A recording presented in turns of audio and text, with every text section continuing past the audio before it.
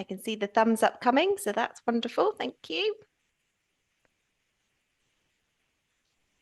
Just the last few to let in, and then we can get going.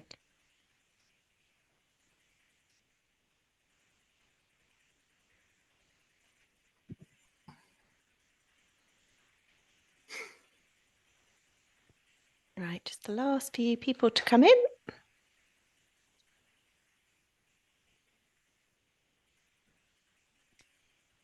Right, hello everybody and welcome to the first Armchair Travel of 2024. It's lovely to see so many of you joining us for this evening. This event is hosted by Distant Horizons, who has been partnering with us on the travel programme since 1998.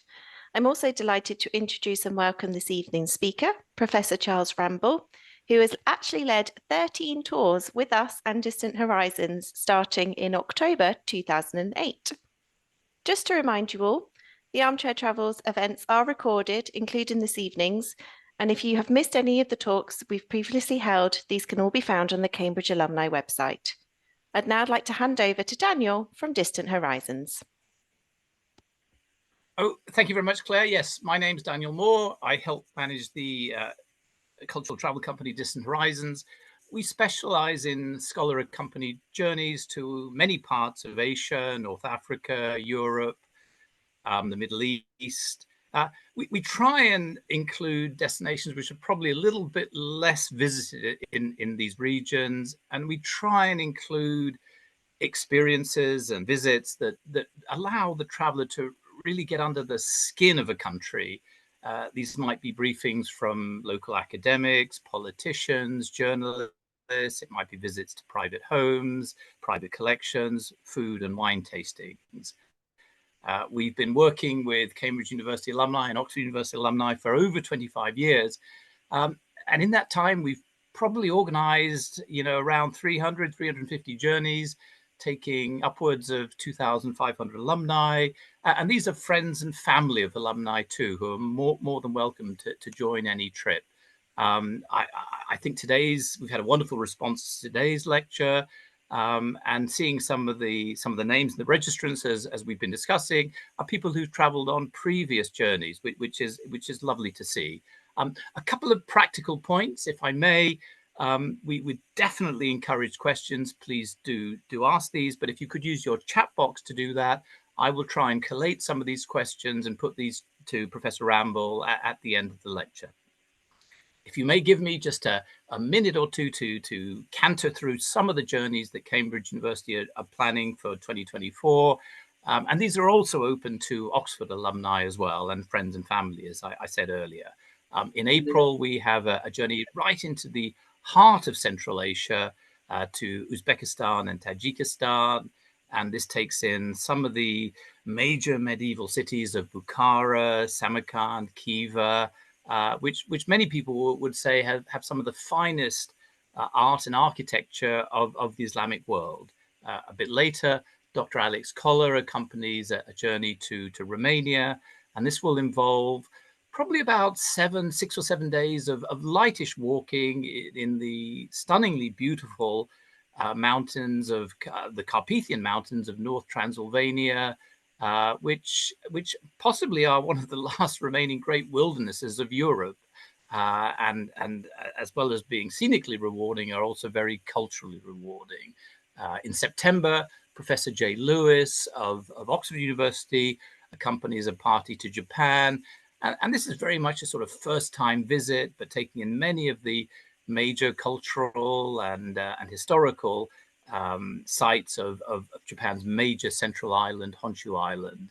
And then later, Zara Fleming accompanies a visit to Bhutan, a spectacular and tiny kingdom squeezed between China and India. And again, this trip involves a few days of walking, lightish walking in Bhutan, and allows the party to perhaps get off the beaten track of Bhutan, if there is such a thing as a beaten track in Bhutan, to visit some fairly more remote destinations. It also takes in a couple of wonderful and very colorful and lively festivals in Thimphu and Har Valley in Bhutan, Thimphu being the capital, which for many Bhutanese is at least local Bhutanese is a high point of their social calendar.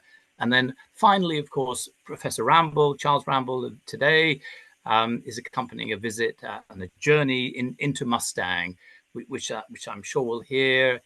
Is a land of great ancient traditions and ancient customs. This trip will involve about 7 or 8 days of walking, 6 to 7 hours a day, but all set against the wonderful and magnificent backdrop of the Himalayas. If any of these trips look of interest or other trips look of interest, please do contact Distant Horizons. There are contact details and website, and we would be delighted to send you a full in-depth itinerary of any of the trips, which hopefully outline the day-by-day itinerary. Anyway, that's enough from me. If I may, can I hand over to Charles to talk more about the history and civilization of Mustang? Thank you very much, Daniel. And thank you all for coming to the talk. It's very nice to see some familiar names, at least, even if I can't see all the faces in the list of people who've joined. So what I would like to do today is to give you a very general account of Mustang, what it is, where it is, what its political status, its religious culture is, a bit about its history in the last couple of 100 years, and then going back briefly even further to the earliest layers of history as we know it. I received a list of questions in advance, and I won't be able to answer all of them, but some perhaps I can address at the end of the talk, and others I'll try to respond to in the course of the presentation. Okay, so I will share my screen and then we can get going.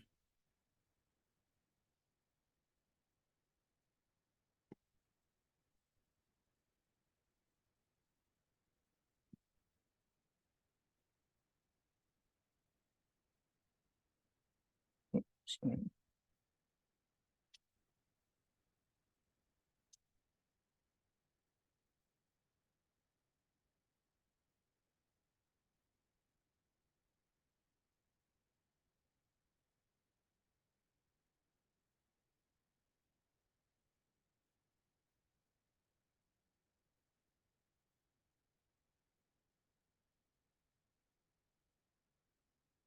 Curious.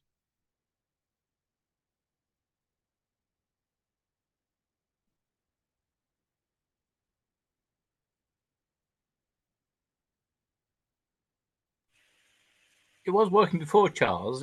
Yeah, no, there's something a little strange here. Just a minute. I'm not sure why this is. I did see your screen before. Did you? Yeah, no, it's just that I seem to be sharing multiple screens for some reason. One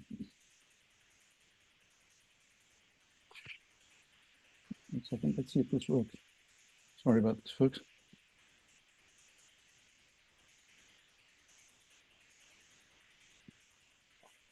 Let's try this now.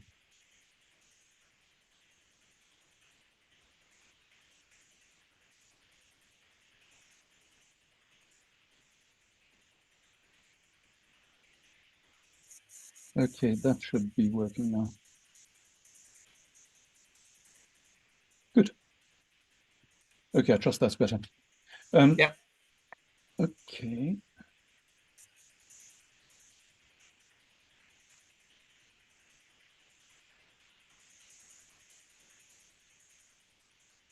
Okay, here we go.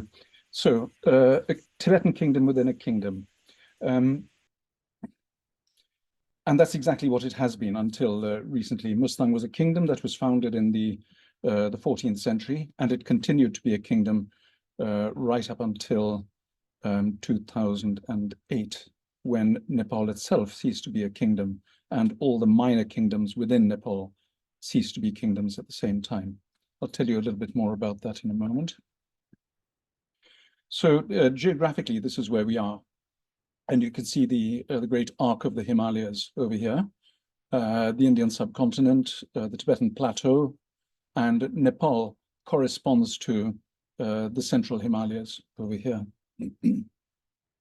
I know there are some far more qualified geographers in the audience than I am, but essentially this is how the Himalayas came to be. So west is to the left, and south is to the left, and here we have the Indian plate pushing under the Eurasian plate and raising the Himalayas, which is why we have things that used to be in the Tethys Sea 350 million years ago, now at 3,000 meters. And so in Mustang, we find things like this, which are regarded as sacred by pilgrims. There are a lot of Hindu pilgrims who come to this area, in addition to the indigenous Tibetan Buddhist population, and they regard these, what they call shaligrams, these ammonites, as sacred because they regard them as the manifestations of the divinity Vishnu. Some of these are quite huge. Here you can see me sitting on one of these ammonites, and you see, well, they're all over the place. Actually, here I'm at about 3,500 feet. So this is Nepal. It's a rather outdated map of Nepal. There was an administrative restructuring in 2015. But what you see today in Nepal was the territory of approximately 60 independent kingdoms up until the end of the 18th century. So all this area consisted of either individual kingdoms, independent kingdoms, or confederations of kingdoms. So for example, in the far west of Nepal, there was a group of 22. Slightly to the east of that, there was another group called the 24. And one of the most prosperous places at that time was Kathmandu. And people will in older accounts, you'll read things like the Nepal Valley. And when you see that, it actually means the Kathmandu Valley. Nepal is the old name for the Kathmandu Valley. And later on, after what was euphemistically called the unification of Nepal, then the term Nepal came to be applied to the entire new nation state. So this is Nepal, Kathmandu. Kathmandu is actually one of three major towns, major cities inside the Kathmandu Valley.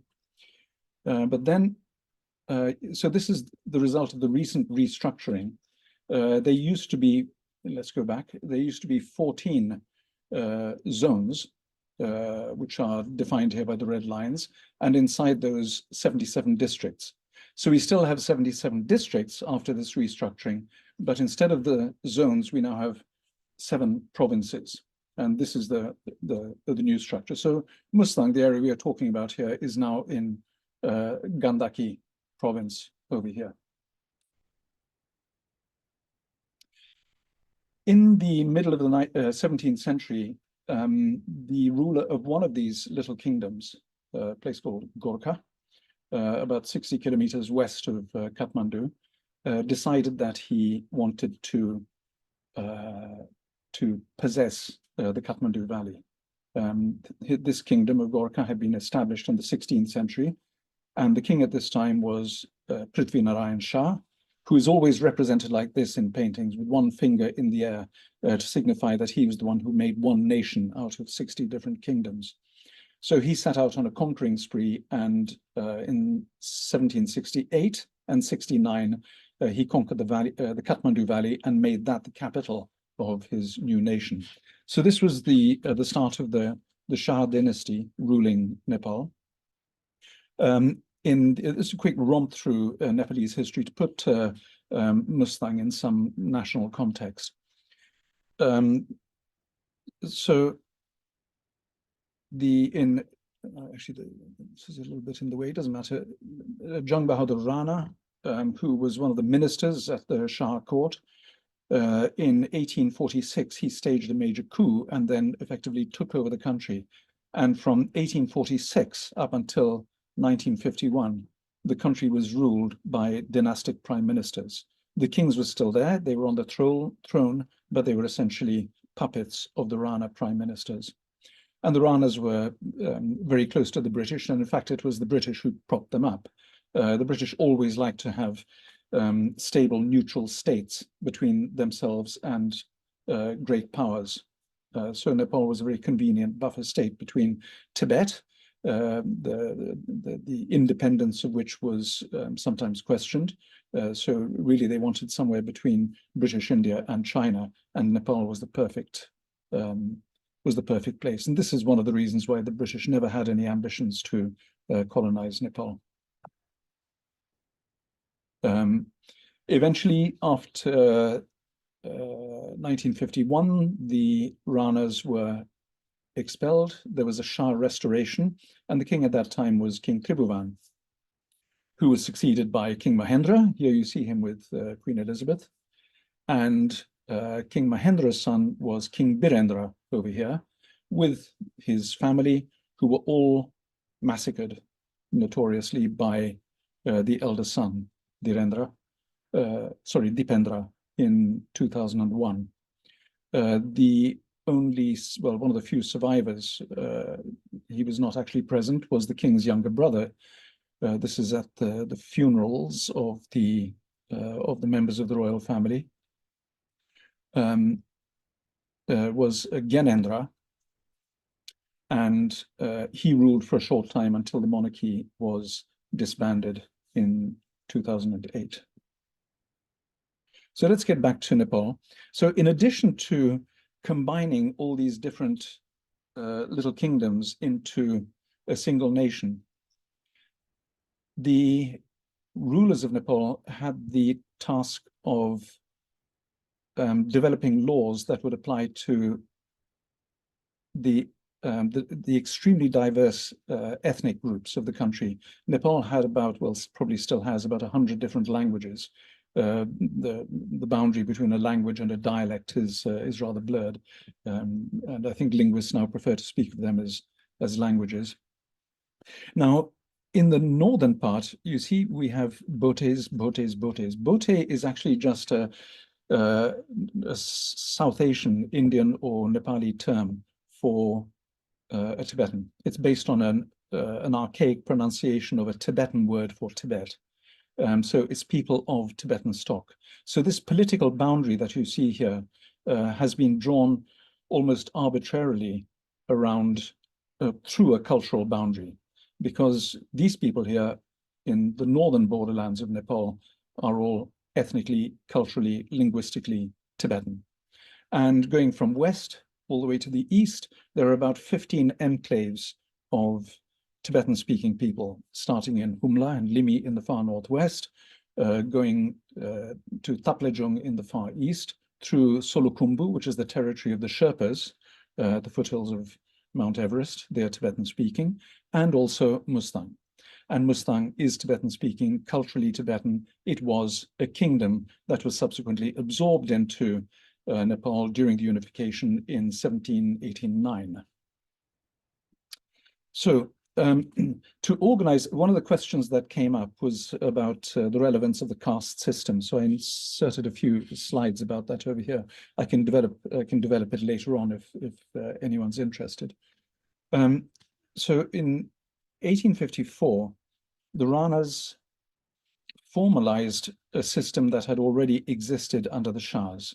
And this was called the Muluki Ain. It was the national code, which is supposedly based partly on the Napoleonic Code. Jung Bahadur Rana had actually been to Paris and also to London in 1851.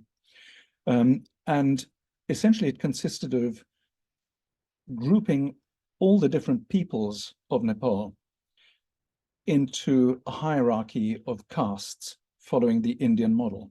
Now, in the Indian model, the tribal peoples are all classed as outcast. They don't belong in the caste system. In Nepal, it was not possible to do that because 50% of the population is tribal. So this is one of the big differences between the Nepalese and the Indian caste system, that the tribes actually constitute the backbone of the scheme. So culturally, you have different people. In the north, you have Tibetan-speaking people. In the middle, there are speakers of Tibeto-Burman languages. Tibeto-Burman languages are, for the most part, not written, but they include languages like Tibetan and Burmese. And then in the south, well, you have some tribal groups like the Taru, but throughout the country, you have people called the Parbate, who are people really of Indian stock. They're sometimes referred to as Indo-Nepalese, and they speak Indic languages, and they are really the perpetrators of the caste system, and they've been the politically dominant group in Nepal since its foundation. So this was the caste hierarchy as it was when created. At the very top, you have the Tagadari, the wearers of the sacred cord, which includes Brahmins and Kshatriyas, the warrior groups, that is to say, the kings and the aristocracy. Then there's this wonderful category, Namasine Matwali, which means the non-enslavable alcohol drinkers. And then you have the enslavable alcohol drinkers. So this is really where most of the tribal populations are grouped, because the tribal populations are known for enjoying alcohol. They have no prohibition against drinking alcohol, unlike the Brahmins and the Kshatriyas. So alcohol drinker is actually a legal term. And there were certain groups that could be enslaved as a punishment and others that could not be enslaved. So this was the hierarchy. The whole point of the caste system is that different rules applied to different groups. So, for example, the same crime committed by a wearer of the sacred cord would be punished much less harshly than the same crime committed by an enslavable alcohol drinker. Anyway, these three groups are regarded as the pure castes, and then below that you have the impure castes, the impure but touchable, and the untouchable, who, as the world over, are made up mainly of artisans, blacksmiths, leather workers, tailors, and so forth. So this is an idea of the diversity. I don't want to spend too much time on it, but what is relevant for our purposes is the Bhotes over here, the Tibetans, who are grouped among the enslavable alcohol drinkers. The other thing about the Tibetans is that they eat beef, which is something that is strictly forbidden to the higher castes. So the religion of the country, much of it is Brahmanical Hinduism, but in the Middle Hills, you have a lot of shamanic religions. For example, among the Magars, who are one of the populations of the Western Middle Hills. Here you have a group of shamans at a gathering. This is the group over here, the Magas. The Gurungs have a similar religion, Tamangs, Rais, Limbus. They all have shamanic traditions, whereas in the south, it tends to be straightforward Hinduism. In the north, it's straightforward Buddhism. So now we get to Mustang district, which is the most sparsely populated district in Nepal. Of the 77 districts, there are only, I think it's about 13 or 14,000 people. And of those, only something like 3,000 are eligible to vote. So it's most of the population is concentrated in the southern part. Let me just see where we are. So yes, this is about the southern limit of it. South of it is Myagdi district, through which the trek would pass as well.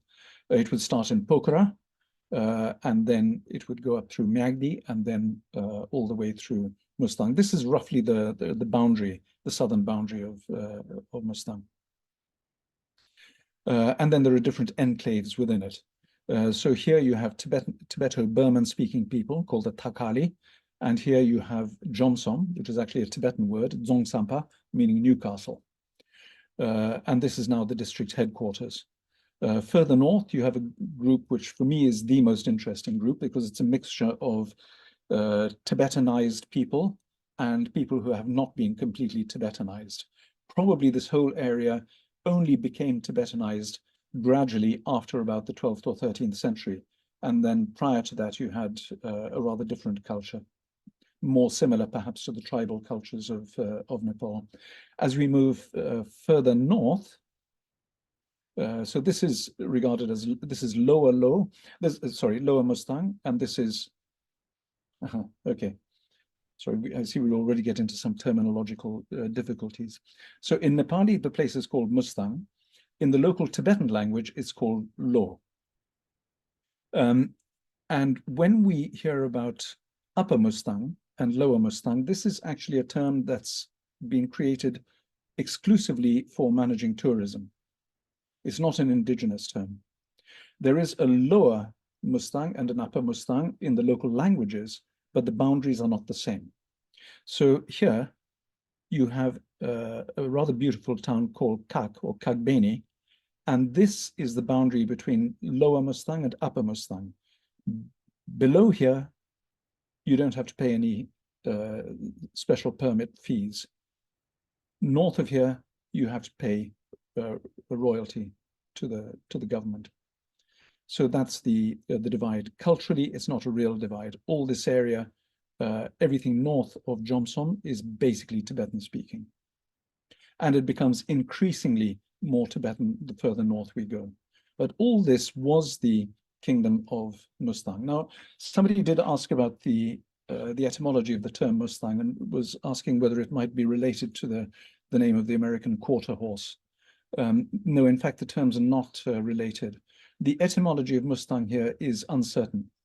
Now, as I say, for Lo, for the Tibetans in this area, the whole place is called Lo.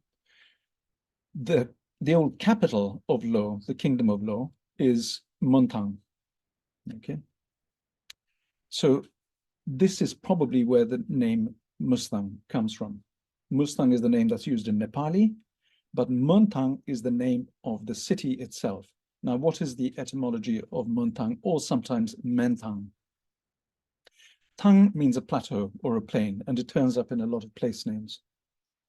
Men means aspiration, and men means medicine. The S and the S prefix is silent in both cases. These are probably pious inventions that you find in Buddhist histories to explain the etymology of the term.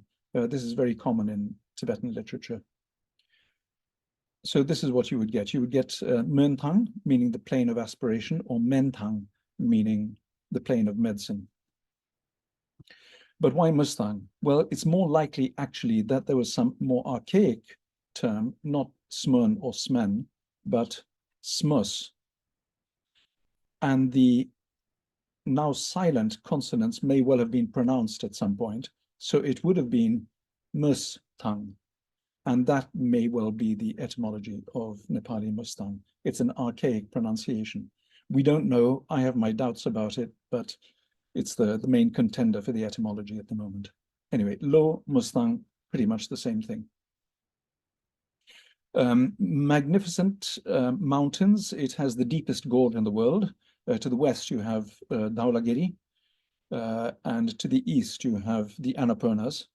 And what we are looking down here is the river, the Kaligandaki, that cut its way through this massif.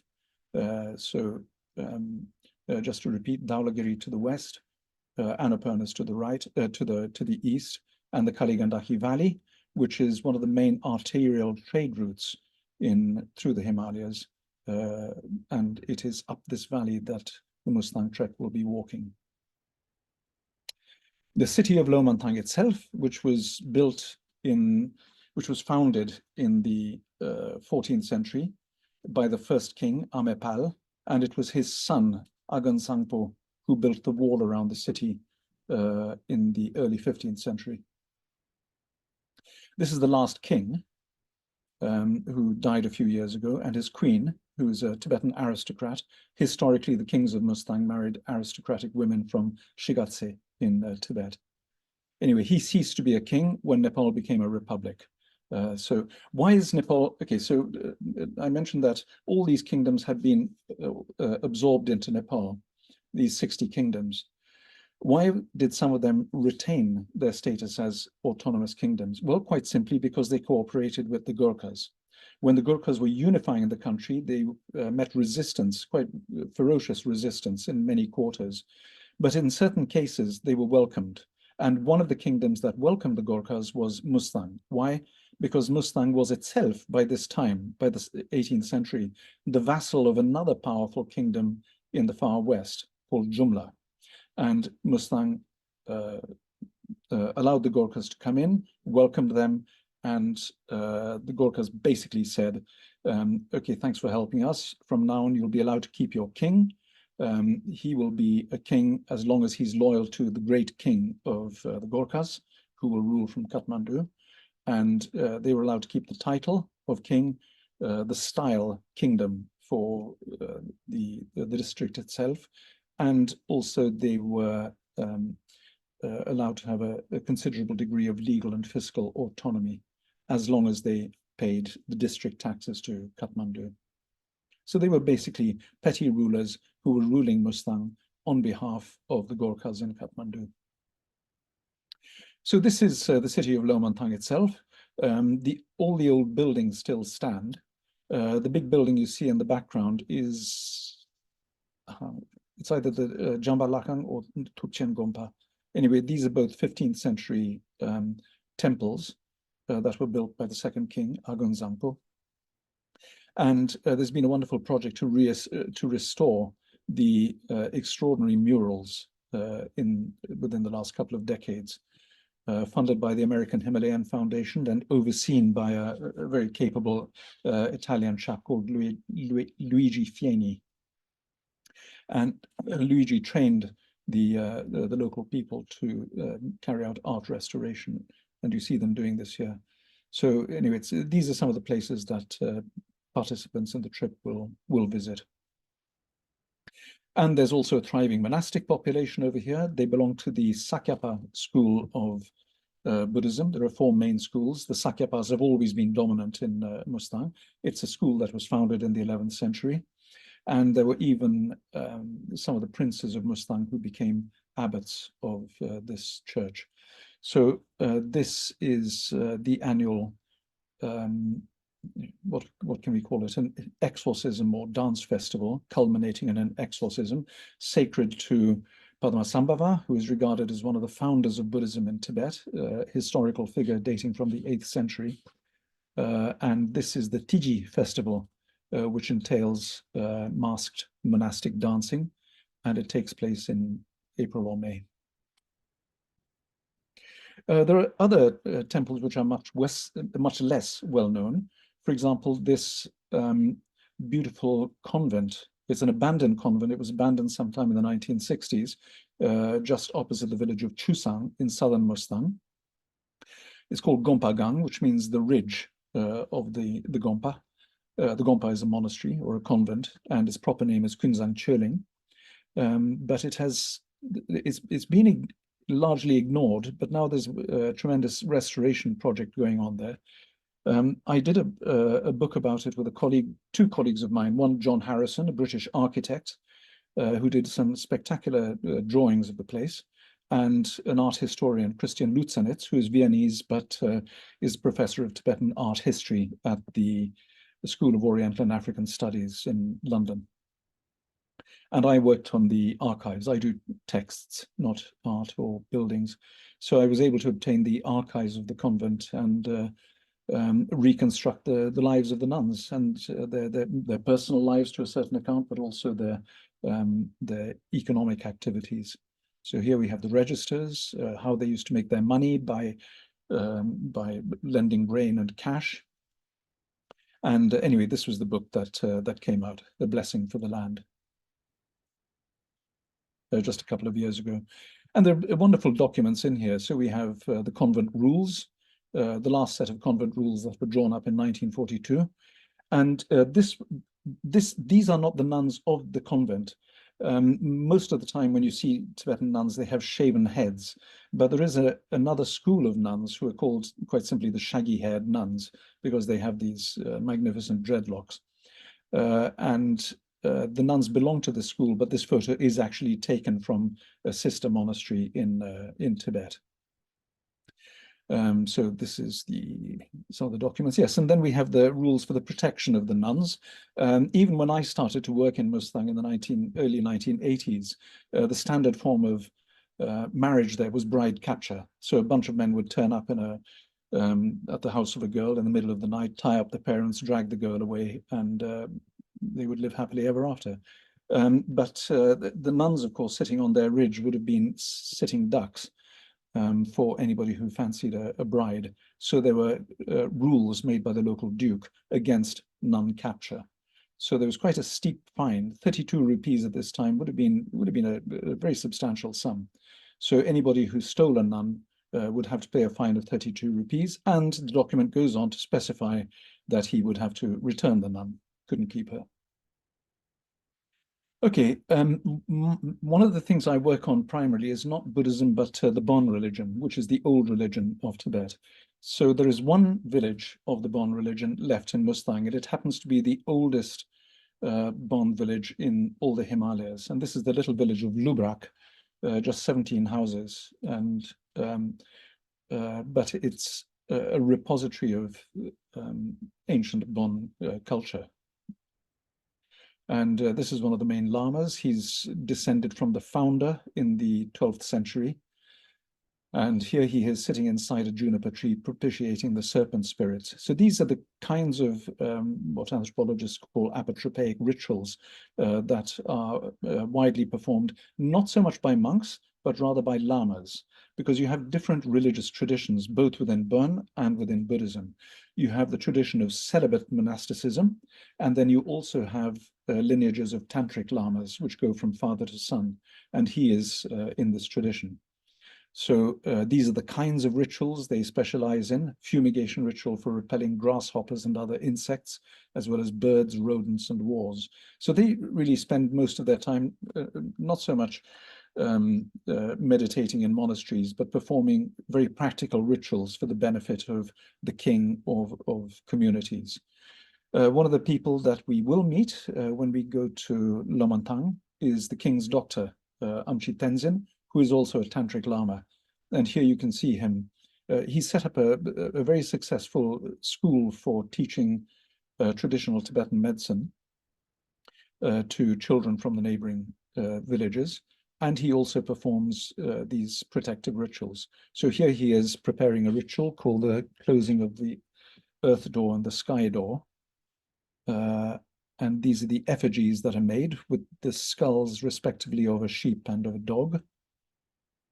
And these are then put over the door of a house, and they protect the people inside. It's a bit more complicated than that, but that'll do. Anyway, here he is doing the consecration after creating the effigies, together with his nephew to his left. And then these things can be, we'll see them all over Mustang. They're over gateways normally to stop evils entering. It's a close-up of them. Quite spectacular, some of these things. And then there's another ritual which he's performing here, which I've worked on quite a lot myself. It's a Bonpo ritual, which has also been adopted by Buddhists, and it's called either the three-headed black one or the three-headed man of the black rituals. Anyway, it's a kind of exorcism ritual. So to come to the last part of this very general introduction, I'd like to talk about the caves in Mustang. One of the things that is really striking in this area is the huge numbers of caves that you find there. There are literally thousands of caves that have been carved out of the conglomerate, excavated out of the conglomerate cliffs. Now, there are natural caves as well, and I just want to talk about what the different purposes for which caves have been used in Mustang. So this is the very famous cave of Chongchi Rangjung, which is sacred to Padmasambhava, the founder, supposedly the founder of Buddhism in Tibet. It's on the route up to Mustang, and it's a bit of a detour, quite a slog, but a very beautiful valley. Most of the caves, though, are like this. They are man-made, and until recently, really nobody knew very much about them. So this is very close to the convent which I showed you in the village of Tsok or Chusang, and it's a set of caves called the Dabrangzang, meaning the raven's nest. And as you see, there are literally hundreds of caves here. And Giuseppe Tucci, who went up there in 1957, a very great Italian Orientalist, he asked people what these caves had been created for. And he was told that they'd been created as refuges for people to hide in during times of war. But he was very skeptical about this. And as he says, wars break out suddenly and don't allow time for preparing large numbers of rock shelters such as these. He's quite right, of course. And as he goes on to say, even the capital of Guge in western Tibet was a town of caves and caverns. So essentially, throughout the northern part of the western Himalayas, you have remains of troglodyte settlements. In certain cases, most of the caves have now been abandoned. So they were created as habitations, but in a few places, for example, in Tsocher, which is just to the northeast of Lomontang city. Tsocher means the eastern county, actually.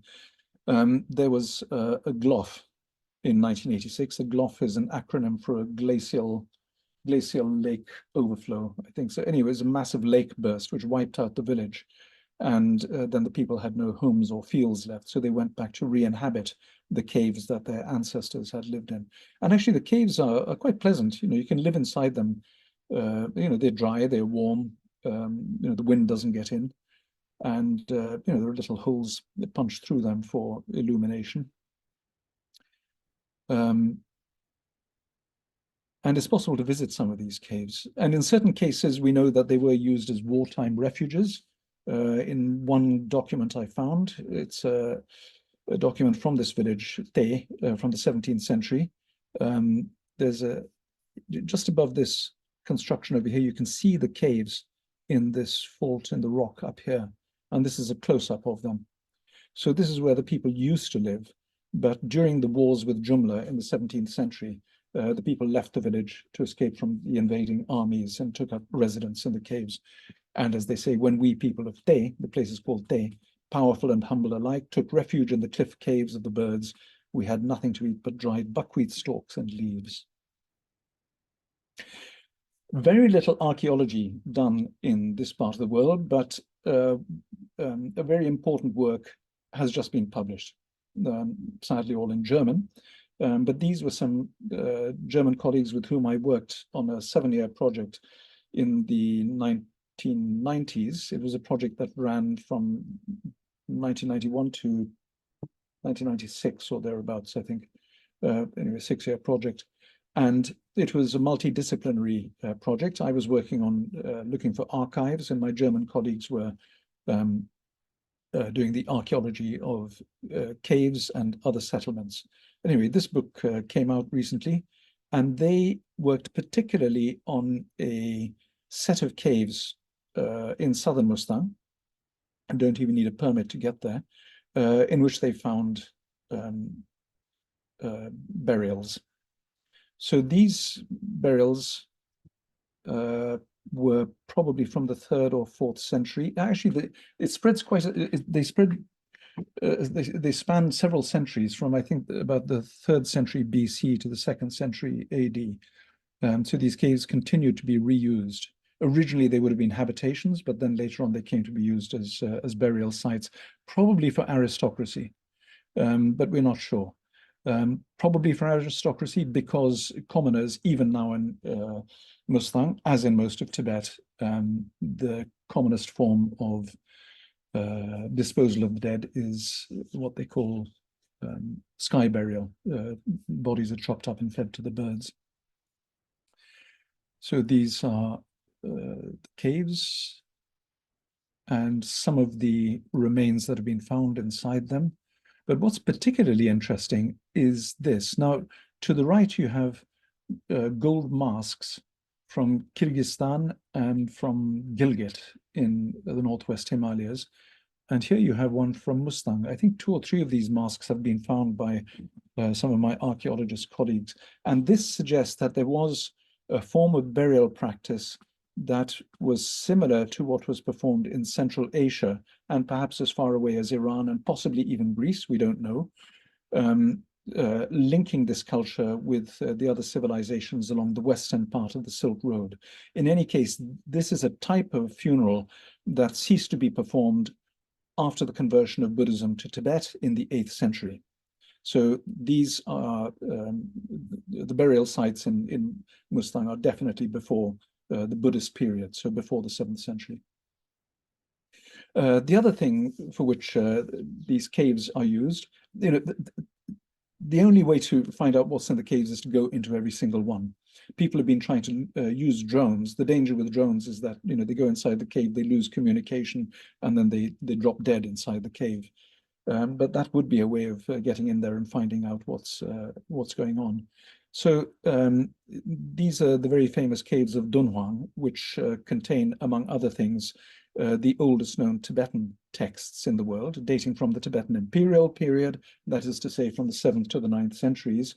And we found repositories of texts in Mustang. This is a site called Marzong. It's an hour's walk from Lomantang, just down to the east. And we found, well, to the left, you see the great Paul Pelliot inside one of the Dunhuang caves with this huge cache of texts, most of which are now in the Bibliothèque Nationale in France and some in the India Office Library in the British Library. And to the right is a huge repository of manuscripts which we found in the Marzong caves in Mustang. We've since published a couple of books about them. They're a very interesting collection. Sorry. They were also used as meditation retreats by Buddhists and Bonpos alike, Bonpos being followers of the Bon religion. The most famous occupant of a cave in Tibetan biographical literature is the great Milarepa, who's an 11th century, 12th century saint.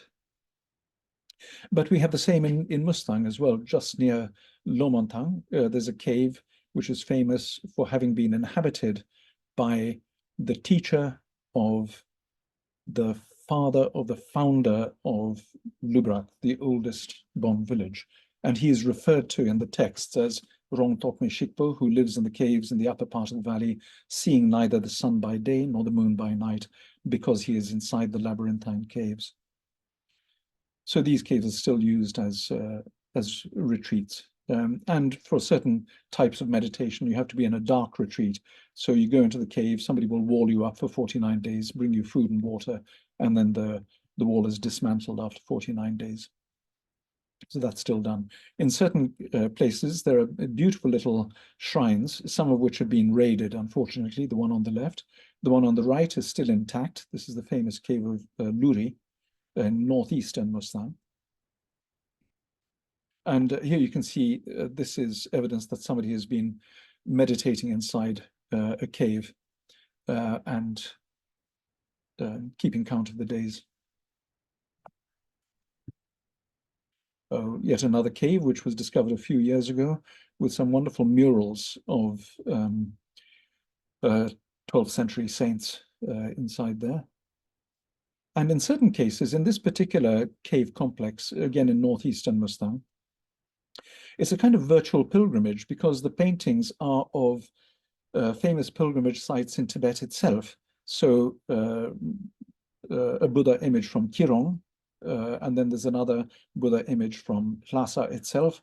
So for pilgrims who couldn't go all the way up to Lhasa, they would actually come to this cave and virtually visit these famous shrines that were depicted on the wall of the cave. An architect friend of mine with whom I worked in Mustang raised a question about some of the really quite extraordinary architecture that you do find there. In some of these oldest settlements, this is the settlement of Te, where the people hid in the caves eating buckwheat stalks.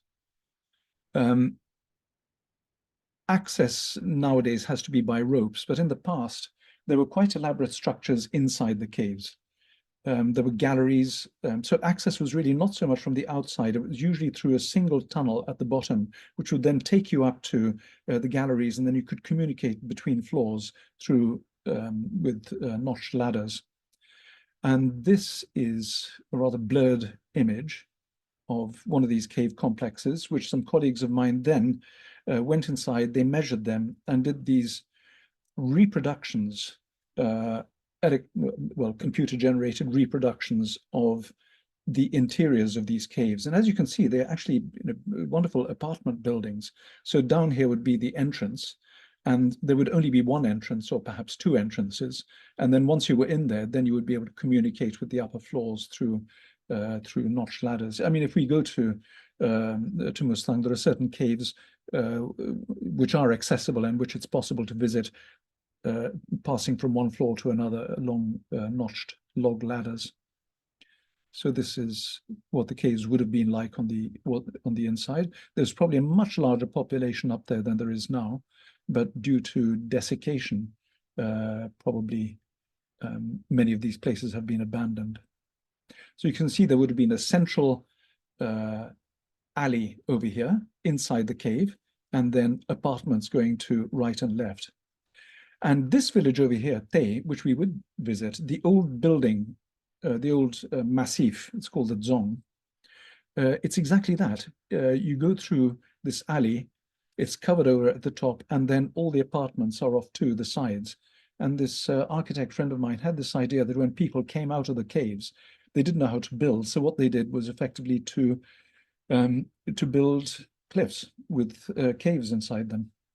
And this is what we see in front of us now. There are only a few of these left. People are now building much more conventional houses. And many of these places have now sadly been abandoned. So just to conclude, people were asking what they could read. There are some accounts of travelers to Mustang, very few actually. One of the first travelers to pass through Mustang, foreign travelers, was Ekai Kawaguchi, who was a Japanese monk and possibly a British spy who went through there about 1900. Well, actually at the end of the 19th century. And he spent several months in Tsarang, which is actually the place that you see to the right here on the cover of the other book. And then he went on, spent 3 years in Tibet. After that, the first European to go was Giuseppe Tucci, whom I've quoted already. You can see his name up here. So that was Journey to Mustang. It was not so much of a research trip. It was really a travelogue that he did. And the most famous book about Mustang by the adventurer Michel Pessel, which has gone into goodness knows how many reprints, but it's massively popular, and it's a thoroughly readable account about the time he spent up there in the 1960s, early 70s actually. I think he was up there in don't know which year, 72, 73, I think, around then. Anyway, it keeps being reproduced. Yeah, I mean, it's a nice story and very readable personal account of his visits up there. Then there's some heavy stuff by some of my German colleagues about the history of the area through the biographies of certain clerical figures. So a 16th, they were contemporaries actually, Lo Kenshin and Ngorchen Kungazangpo. Kungazangpo was not actually from Mustang, but he was invited there on several occasions. So there's a lot of information about 15th century Mustang in this account. And this individual here, Lo Kenshin, he was the younger brother of the second king of Mustang. And then somebody was asking about good information on the early history of Mustang. Well, probably this book by Roberto Vitali is the best one.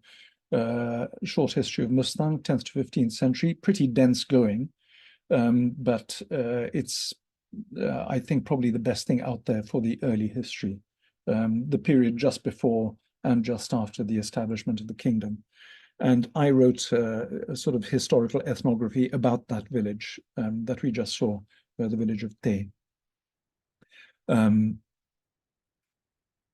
Then there are several books about the manuscript finds we made. There are 2 editions of the books of the text that we found in the Malzong caves, and further studies with my Polish colleague Agnieszka Hellman-Ważny, who is a specialist on paper. This is a book about archives. And yes, and then I've published 3 volumes of studies of local archives, which are not really historical accounts, but their source is exactly what it says on the cover. Their sources that people might use in the future. Myself, I hope, if I have the time to write historical accounts of Mustang. And that's it. So I hope I haven't gone on too long. I'll stop there and I'll stop sharing my screen. And if anyone has questions, I'll be happy to take them. Yeah, no, Charles, thank you very much. We do have several questions, both historically and today, but they seem to center a little bit around the influence on Mustang from Tibet, from China, and from Nepal, or the Kathmandu government. Yep. I'm summarizing a little bit, but I sense that's a little bit of what people think. How is the view of the region from those three authorities? Yeah, that's actually, as you can imagine, a very big question, but I'll try to answer it as succinctly as possible. So to emphasize, Nepal, Mustang is culturally Tibetan. They speak a dialect of Western Tibetan, several dialects actually. And there's also a Tibeto-Burman component, that is to say, more related to the other tribal populations of the country, but is very much part of the state of Nepal. And a lot of tourist brochures tend to pitch Nepal rather like Bhutan, because it's the Tibetan civilization is very intact over here. But it absolutely, it cannot be emphasized enough that it is not an independent kingdom. It is very much part of the Kingdom of Nepal, now the Republic of Nepal, the Federal Republic of Nepal, and has been since 1789. So culturally Tibetan, very much part of Nepal. And insofar as it's part of Nepal, politically, it tends to look southward, because Nepal tends to look southward because of the religious and cultural affinities of the ruling classes of Nepal. Yeah, Nepal was a Hindu kingdom. It was founded as a Hindu kingdom. And in fact, the founder of Nepal, Prithvi Narayan Shah, was very contemptuous about India. He referred to Nepal as Asal Hindustan, the true land of the Hindus. And he referred to India contemptuously as Mughlan, the land that had been converted or had been taken over by the Muslims. So for him, it was a Hindu kingdom. But he still had to deal with all these non-Hindus in the north. That is to say, the Buddhists, who represent approximately 10% of the population. So Mustang, like all these Tibetan areas in the northern part, is part of Nepal, which historically has much closer links to India than it has to China. But culturally, Nepal has much closer links, Mustang has much closer links to Tibet. And in fact, in economic and cultural terms, in the past, Tibet was always the first port of call. So young men in these villages in Mustang, if they were going to train as monks, they were sent to Tibet. They would train in the big Sakyapa monasteries or elsewhere. If they went on pilgrimage, they would go to Tibet. And many of these communities in Upper Mustang also had yak pastures in Tibet. So the border was completely porous. And herds of yaks would be kept on the Nepali side in winter, and then taken over to the north in summer. So completely porous boundary. And this was also the fulcrum of the salt grain trade, which was one of the main varieties of trade that were going between the Tibetan plateau and the Indian plains. Salt and wool from the north in exchange for grain and other commodities from the south. So this was always the way for the people in Mustang. Tibet was culturally, spiritually, economically where they looked to. All this changed in 1962 when the Chinese closed the border, and this suddenly came to an end. The border was reopened again later on for limited commerce across the border, and also to there was no point in sending anybody to monasteries in 1962 because all the monasteries had been destroyed or were about to be destroyed. Some were destroyed during the period of democratic reform in the 1950s. Most of the destruction actually happened during the Great Leap Forward and the Cultural Revolution. So from then on, spiritually, people in Mustang started to look south to the Tibetan monasteries that had been re-established in India by Tibetan refugees. And even now, the kids in the highlands, if they join monasteries, they go to India for a monastic education. And that's both Buddhists and Bonpos. And now there's a kind of remissionization of the area. So these biggest monastic establishments in India, which are actually very well to do, some of them, they have massive patronage from Southeast Asia, from the United States, from Taiwan, for instance. Now they have the wherewithal to rebuild enormous monasteries in Nepal, and some of these monasteries have satellite monasteries in Mustang. The problem is populating them, because the population in Mustang is declining. There's an incredible demographic change, which perhaps relates to another question I saw in the list, the effect of the road. And the effect of the road has been quite dramatic. There's only been a road there for the last 10 years or so, but this has resulted in mega demographic change. A lot of the indigenous people are moving out. In fact, if you want to find young people, let's say people in their 30s and 40s from Mustang, the best thing to do is to go to New York. What you find in Queens, Jackson Heights, that's where they all are. But if you want to find the older folks, then they're still in Mustang for the most part. And this outgoing population, especially from southern Mustang, is now being replaced by other people from southern Nepal who are coming in to take over the abandoned houses. Not so much in the far north of Nepal, of Mustang, but certainly in the Muktinath Valley, the area around Jomsom and so on. The border at the moment, the border with China, has been closed again. It was closed during COVID, and absolutely nothing is getting across. So there is a pretty good road all the way from Pokhara up to Lomanthang. You can actually get up there in one day, although one should not do that because one would get quite severe altitude sickness.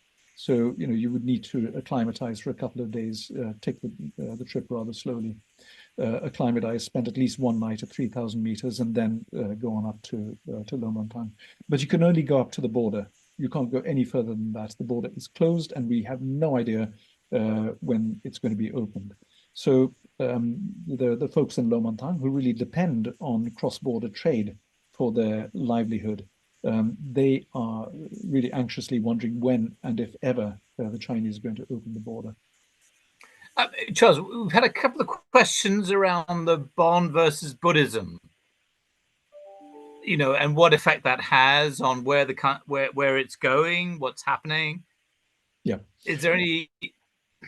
Okay. I mean, it's a tough question, but it's one we've had. Sure. Well, Bon versus Buddhism.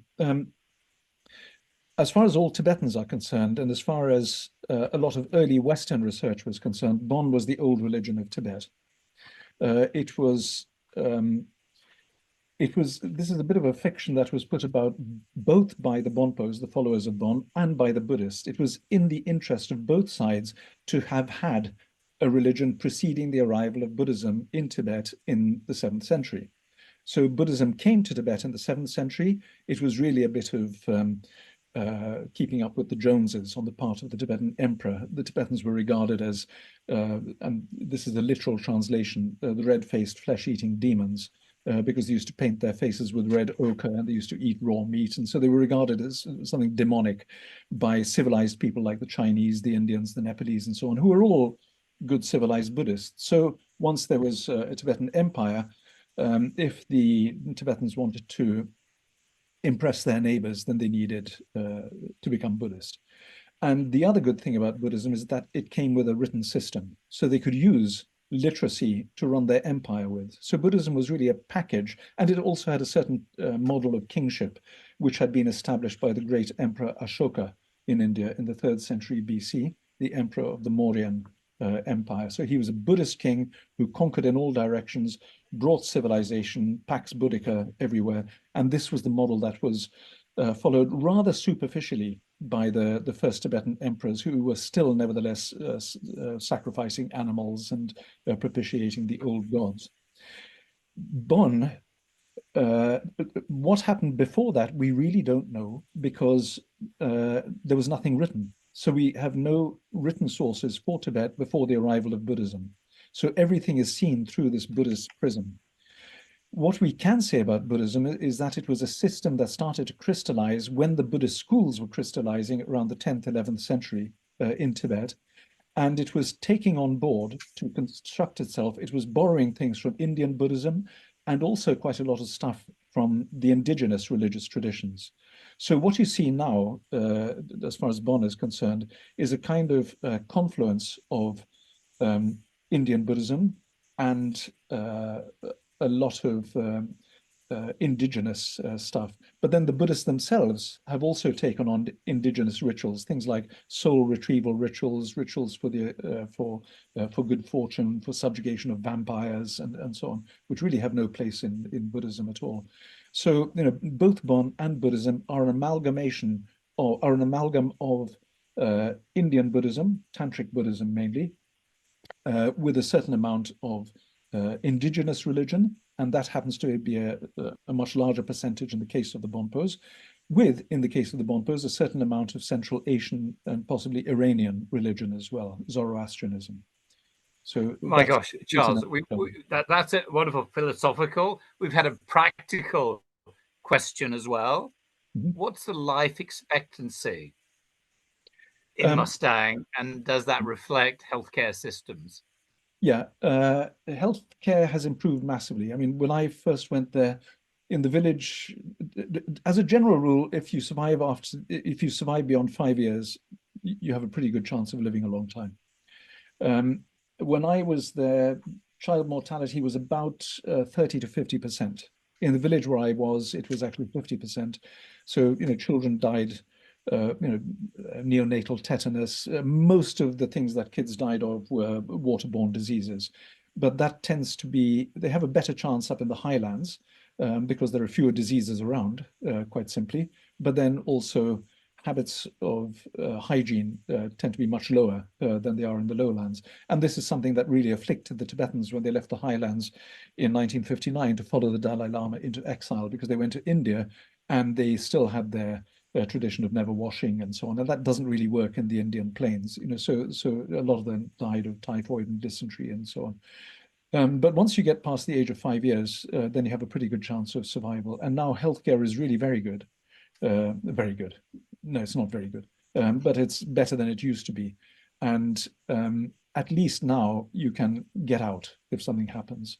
There's road, there are flights. So you can get down to Pokhara, and there are reasonably good hospitals in Pokhara, so you have a much better chance of survival. Yeah, I mean, I've known people of 100 years old. 103 years old, actually, is the oldest person I met in Mustang. So they're tough people, and once they survive those vulnerable early years, then they live forever.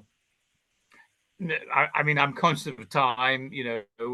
Thank you very much, Charles. That was wonderful. Maybe thrown up a few more questions than answers, but thank you. And if anyone's interested, let us know. But Charles, thank you very much for that. Wonderful. Sure. Great pleasure. And sorry I couldn't answer all the questions, but I can see more coming in. But anyway. Yeah, no, they're coming in as we speak. But thank you. Okay, thank you very much. If we can say goodbye to everybody, I'm not sure. Thank you. Thanks a lot. Okay, bye-bye. The next time. Bye-bye. Bye-bye. Thank you.